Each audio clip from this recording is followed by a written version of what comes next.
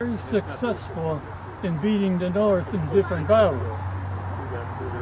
General Lee was so confident of his army that he took the army into the North, and the North and the South met at a small town called Gettysburg in Pennsylvania.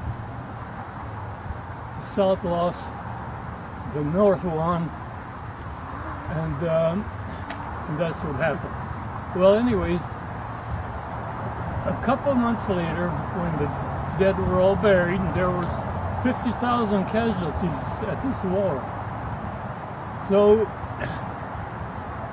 and Lincoln was invited to speak at the dedication ceremonies for the wounded, or dead, I should say dead. Anyways, you notice Lincoln was a Southerner. He was born in Kentucky. So they have a different accent than what we have up north.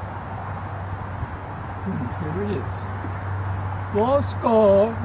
7 years ago, our fathers brought forth on this continent a new nation, conceived in liberty and dedicated to the proposition that all men are created equal.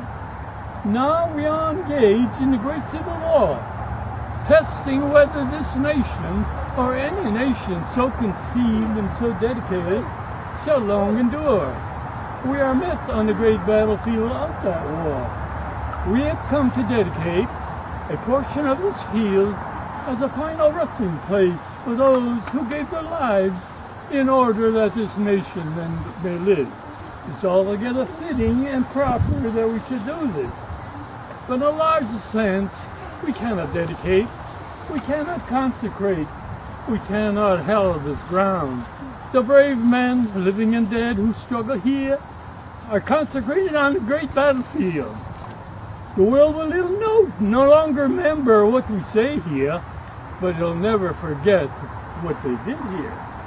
It is for us, the living, rather to be dedicated to the great task before us, and to take from his honored dead increased devotion for that cause to which they gave the last full measure of devotion. That we here are highly resolved that these dead shall not have died in vain, that this nation under God shall have a new birth of freedom, and that government of the people, by the people, for the people, shall not perish from the earth.